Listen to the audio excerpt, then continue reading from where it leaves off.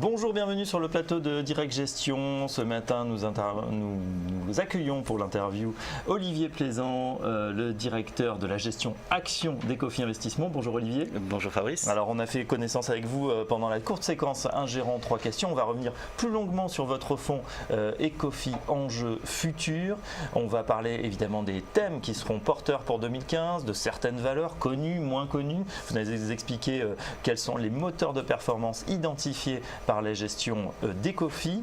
On démarre tout de suite, Olivier, avec une question traditionnelle, c'est de vous faire rebondir sur ce que vous venez d'entendre, c'est-à-dire l'édito éco, pas très optimiste ce matin, on parle des chiffres du chômage, et là, évidemment, on constate malheureusement que la courbe est pour l'instant loin de s'inverser, avec toutes catégories confondues, donc plus de 5 millions de chômeurs dans notre pays. Bah oui, c'est vrai que c'est un mal qui est persistant en France, qui est un vrai problème pour le rebond de notre économie. Alors ce qu'on voit, c'est que les pouvoirs publics font des annonces, proposent des choses. Il y a des pactes qui sont mis en place, il y a des mesures qui sont annoncées. Force est de constater qu'il faudrait que ces mesures soient mises en place. Je pense qu'il faut maintenant s'attacher à une mise en place rapide de toutes ces mesures, parce que l'effet d'annonce, voilà, il y a urgence, et je crois que maintenant il faut s'attaquer aux rouages, aux mécanismes qui font que ces mesures soient mises en place de manière rapide, de manière efficace. Parce qu'il y a certaines mesures qui sont bonnes. Mais, et puis, oui, tous les jours, enfin, vous auscultez donc différentes valeurs, que ce soit en France, en Europe, dans le monde. Les moteurs de performance, on les connaît. Il y a des blocages, paraît-il en France, des verrous qu'il faudrait faire sauter. Par exemple, aujourd'hui, on sait que c'est une première. Les chefs d'entreprise vont quand même aller dans la rue pour dire voilà, ça suffit, contre pénibilité, des mesures qui sont compliquées à appliquer, qui nous pénalisent finalement dans un environnement mondial de plus en plus concurrentiel. Voilà, l'environnement mondial est de plus en plus concurrentiel, et il y a des systèmes où effectivement les machines se mettent en place plus rapidement que chez nous. Ce qu'il faut maintenant, c'est s'attaquer au fait que toutes ces mesures soient mises en place rapide, et qui est comme en microéconomie. Nous, quand on va voir un chef d'entreprise, on lui demande ce qu'il compte faire, et puis après on lui donne, il nous dit à quelle échéance, et tout doit être rapide.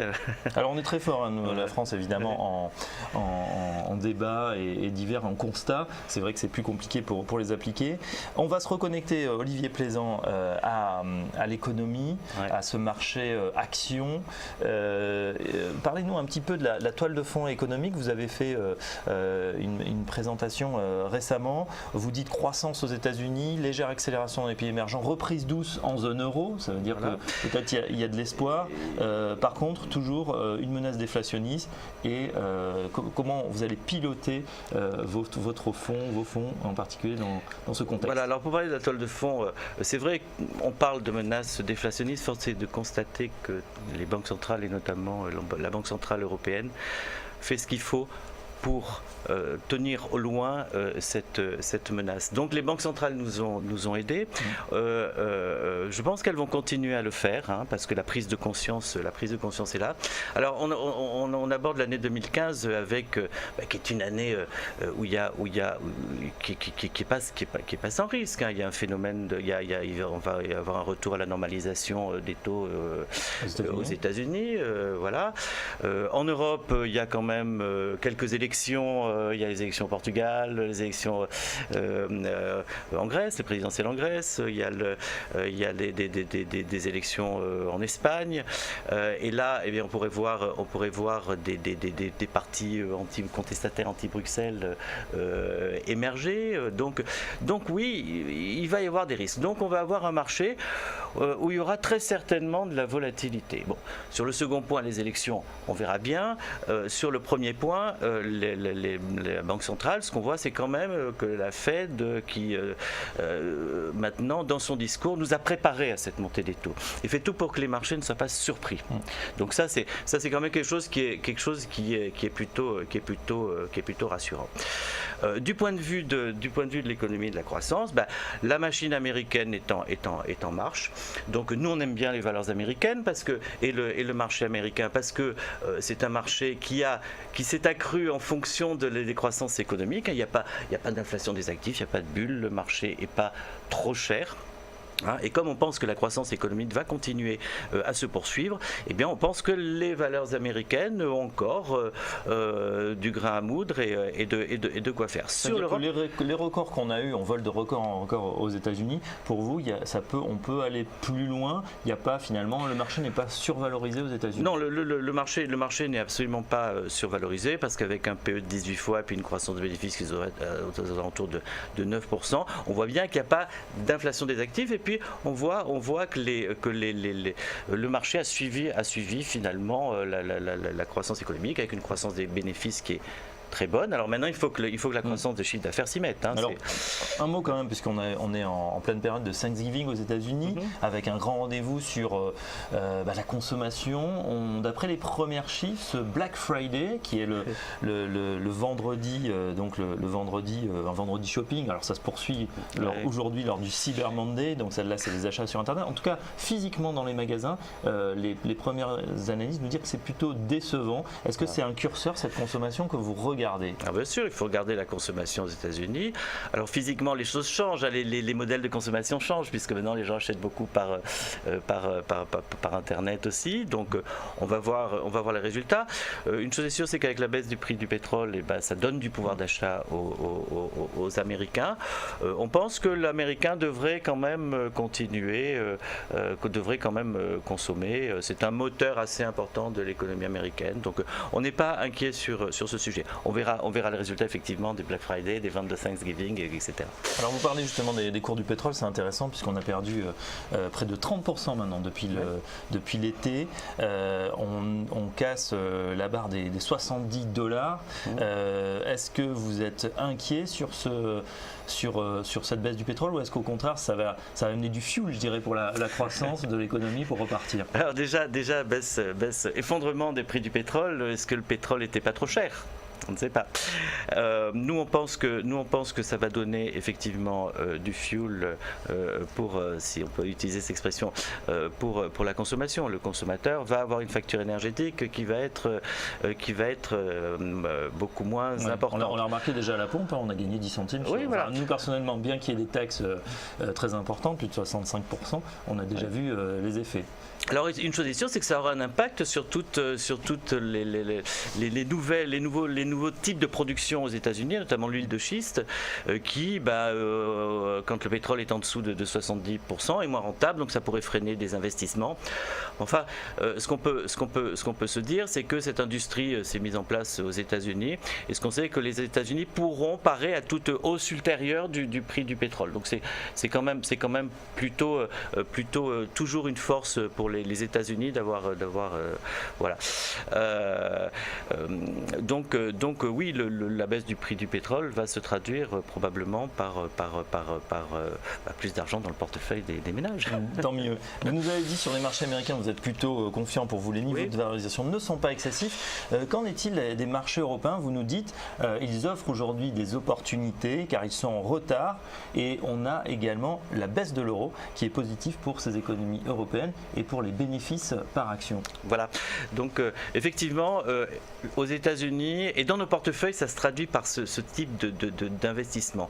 On est pratiquement autant investi aux États-Unis qu'en Europe, parce qu'aux États-Unis c'est la sécurité, et en Europe c'est là où il y a l'effet de levier le plus important. Effet de levier, pourquoi? Parce qu'il y a ce phénomène majeur qui est finalement la dépréciation voulue de l'euro par rapport au dollar, rend nos entreprises plutôt compétitives. Et ce qu'on a vu lors des dernières publications de résultats où bien souvent les entreprises étaient pénalisées par un aspect devise, un euro trop fort, et on devrait avoir le phénomène inverse dans le futur, et donc il y a des effets de levier. Alors effectivement, c'est le premier stade, le premier moteur qui s'allume, c'est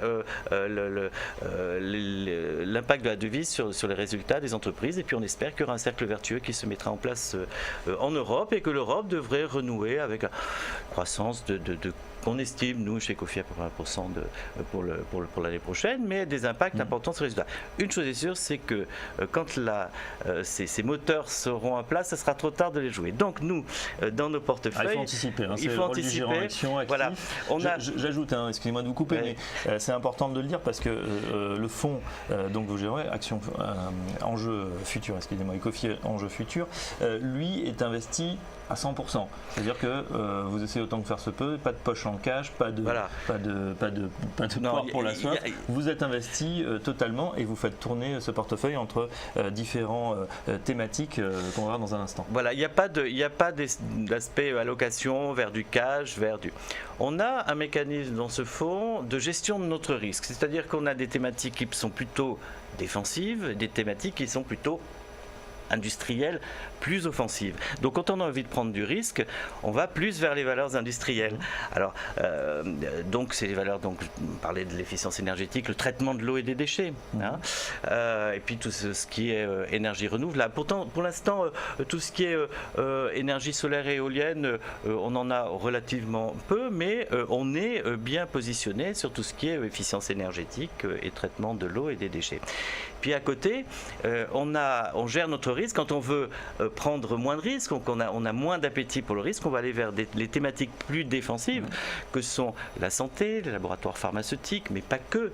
Vous avez aussi toutes les problématiques d'assurance maladie aux États-Unis, la prévoyance, etc. Tout ce qui est lié à la vieillesse et l'éducation, alors là alors vieillesse et éducation, c'est les jeunes, les vieux. Alors vieillesse, c'est silver economy. Vieillesse, c'est alors j'aime pas trop le terme silver economy parce que on parlait de l'or gris, mais nous on va plutôt investir dans le secteur des maisons de retraite, des équipementiers pour des équipements, pas des équipementiers, des équipements pour les seniors. Alors c'est les maisons de retraite, les Orpea, les Corian, mais aussi aux États-Unis, on en trouve. Et puis, on peut être investi aussi dans des sociétés comme Bastide, qui font des équipements pour les personnes, notamment en dépendance. Donc, et une troisième thématique plus défensive, qui est la thématique du testing et de la conformité. Alors ça, on aime bien, parce que c'est un secteur assez original. Et là, on va tomber dans les bureaux Veritas, les Eurofins, et ce sont les valeurs que l'on joue parce que dans le prochain cycle et même après qui s'annonce, on va avoir de plus en plus à faire face à des défis d'ordre sanitaire et des contrôles qui vont être de plus en plus présents, et on pense que ces sociétés vont être... Donc deux belles valeurs, en tout cas avec un parcours on va dire assez spectaculaire pour aux fins scientifiques. Bureau Veritas, effectivement, la certification, le PDG était sur ce plateau il y a quelques jours, il nous a dit qu'effectivement les perspectives étaient plutôt très très bonnes. Pourquoi ? Parce qu'on on produit de plus en plus, on a de plus en plus besoin de savoir que les machines qu'on crée, ou ça peut être aussi de l'alimentation, eh bien sont conformes aux normes édictées par les différents pays et notamment par l'Union européenne. Alors, vous constaterez que j'ai jamais parlé de financière ni de pétrolière. Il n'y en a pas. Non, parce que dans ce fonds, il n'y en aura pas. Parce que ce n'est pas des secteurs d'avenir. C'est peut-être des secteurs qui sont d'avenir, mais les véritables secteurs d'enjeux futurs, ce sont ceux-là qui sont accrochés aux trois thématiques que j'indiquais. Les banques seront toujours là, je vous rassure. Dans d'autres fonds, on en a, mais là, on n'en aura pas. Et je gère mon risque en fonction de ces deux curseurs, qui sont appétit pour le risque industriel, moins d'appétit pour le risque défensif, et on a toujours ce mix entre les deux. Aujourd'hui, on est un petit peu à la croix des chemins, et le risque est géré d'une autre manière aussi. Marché nord-américain, on est un petit peu plus prudent. Marché européen, il y a plus de leviers. Et aujourd'hui, on est à la croisée des chemins où le fonds est réparti à peu près à 50% entre le marché américain, parce qu'il y a une croissance robuste et sûre, et puis le levier que nous anticipons pour l'année qui vient et pour la période qui vient sur le marché européen. Très bien, Olivier Plaisant. On va marquer une courte pause et se retrouver juste après pour décrire Ecofi Enjeux Futurs. On se retrouve dans un instant.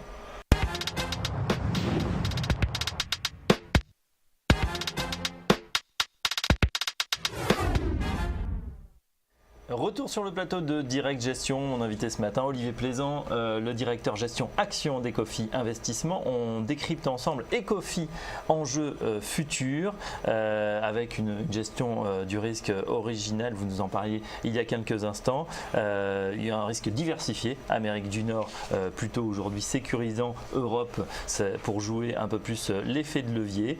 Et puis un mix entre des valeurs à profil défensif dans les secteurs du testing, de la conformité, santé, vieillissement, éducation, et puis des profils plus à valeur industrielle, efficience énergétique, énergie renouvelable et traitement des déchets.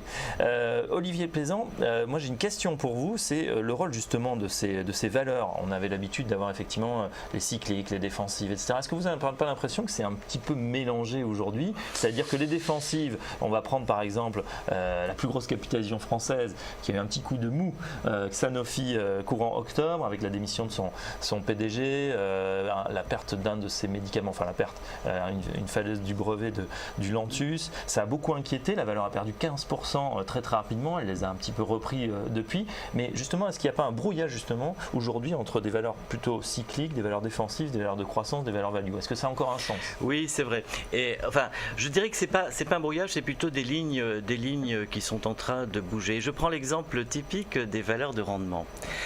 Les valeurs de rendement jusqu'à présent, c'était les grosses vaches à lait, et elles s'opposaient aux valeurs de croissance qui étaient technologiques. Et aujourd'hui, vous avez des technologiques qui deviennent des valeurs de rendement parce que votre logiciel, vous l'achetez plus chez un grand distributeur, vous vous abonnez et ça devient du cash flow récurrent. Donc voilà, donc c'est un exemple de ces lignes qui bougent. Et c'est pour ça que dans ce fonds, bien sûr, nous sommes toujours obligés d'employer c'est pour ça que j'ai pas utilisé le mot cyclique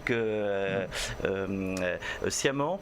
On parle d'industriel, de défensive, je dirais de valeurs sur lesquelles on a envie de miser quand on veut mettre les voiles sur un fonds, et de valeurs sur lesquelles on investit quand on veut avoir un fonds avec un bêta un petit peu moins fort.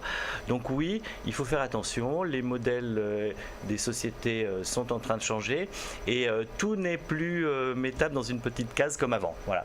D'accord, donc bon, très bien. Après, voilà. Si on regarde justement parmi les 10 premières pondérations de votre fonds, on voit, première chose, qu'effectivement il y a une bonne répartition entre valeurs européennes, Dassault Systèmes, Alstom, et puis des valeurs plus tournées vers les États-Unis, Gillette, CVS Health, Waste Connection, donc tout ça, on retrouve vos thématiques. Dassault Systèmes, il y a de l'actu en ce moment, hein, puisque Airbus se désengage, en tout cas l'État préempte toute sortie de l'avionneur, puisqu'il y a des enjeux évidemment militaires très importants.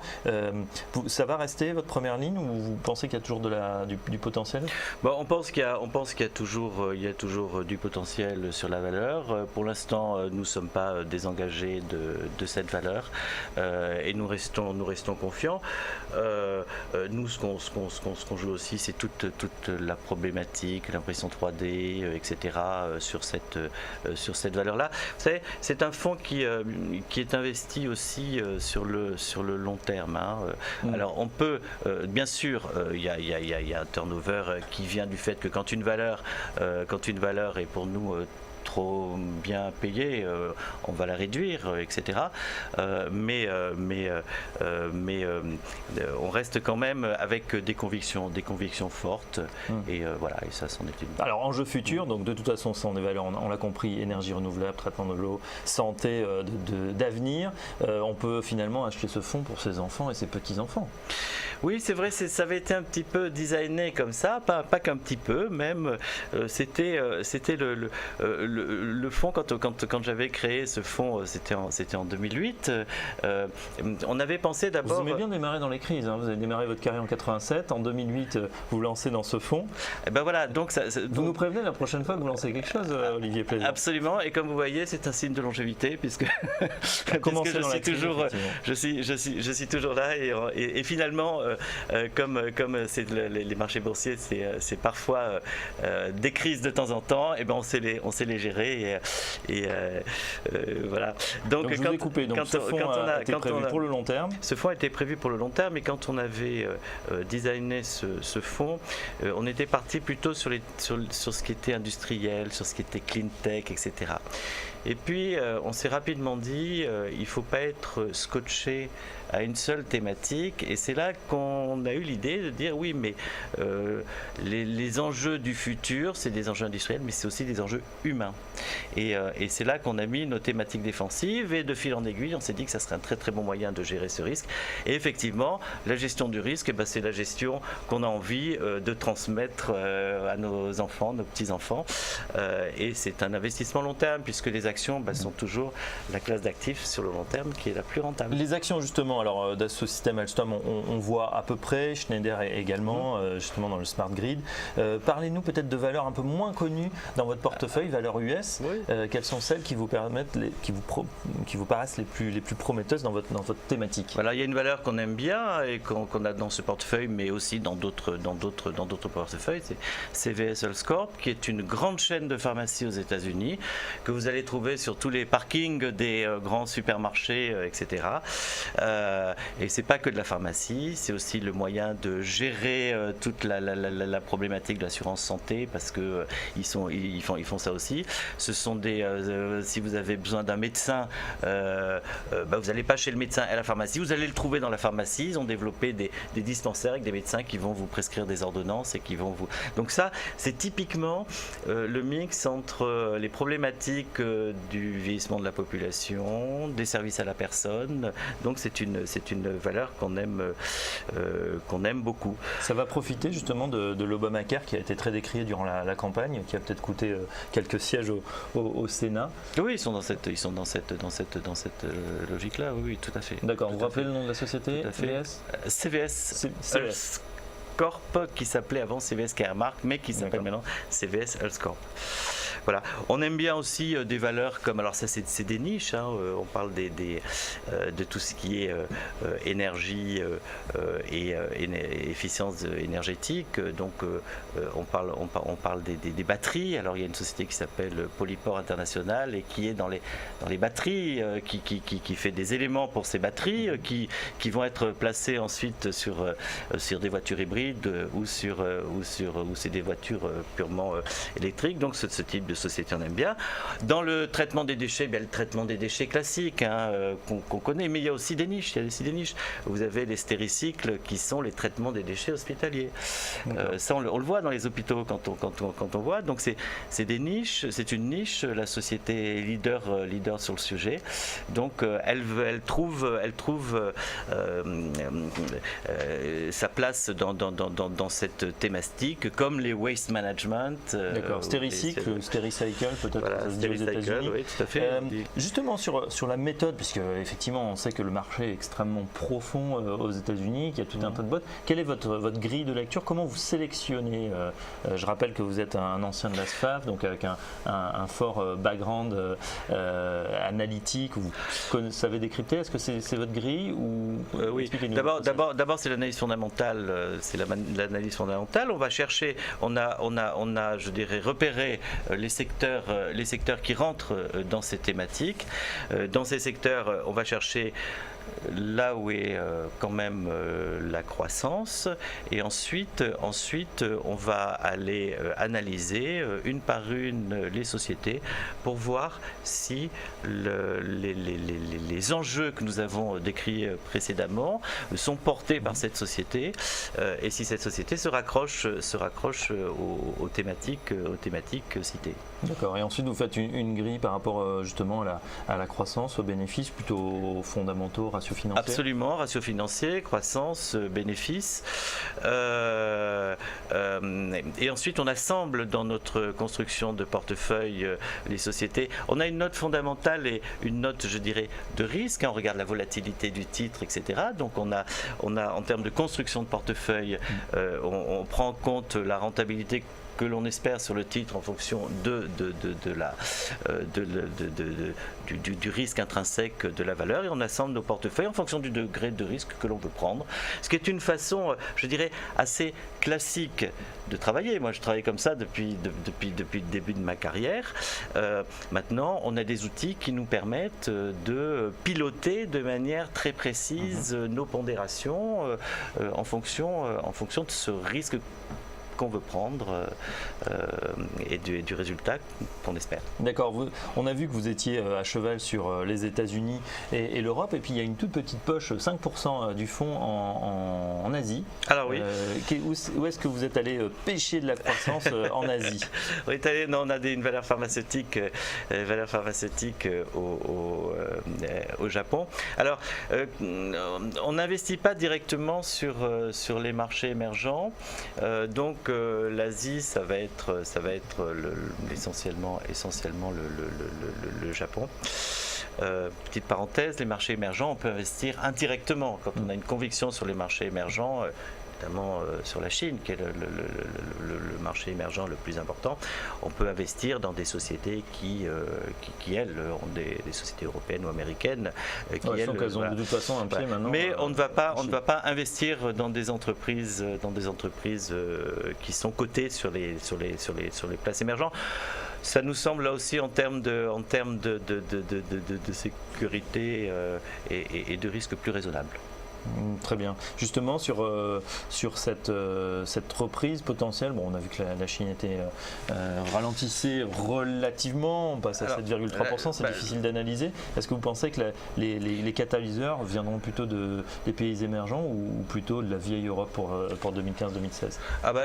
La dynamique de marché, nous on pense qu'elle va plutôt venir des leviers en Europe.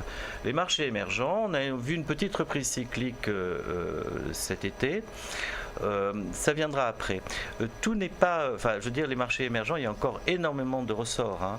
La Chine, bien sûr, on dit que la Chine est en train de perdre de la croissance. Elle ne perd pas de croissance, elle est en train de changer de modèle. C'est un modèle qui était basé sur les exports et qui devient un modèle basé sur la consommation intérieure, l'émergence d'une classe moyenne. Donc, tout ça, ça se fait évidemment de manière un petit peu non linéaire, mais il y a toujours, ça reste quand même malgré tout le premier marché du monde, toujours le premier marché du monde. Il y a des ressources énormes. C'est un pays qui est extrêmement riche et qui peut justement de temps en temps éteindre les petits incendies qui sont caractéristiques d'un changement de modèle.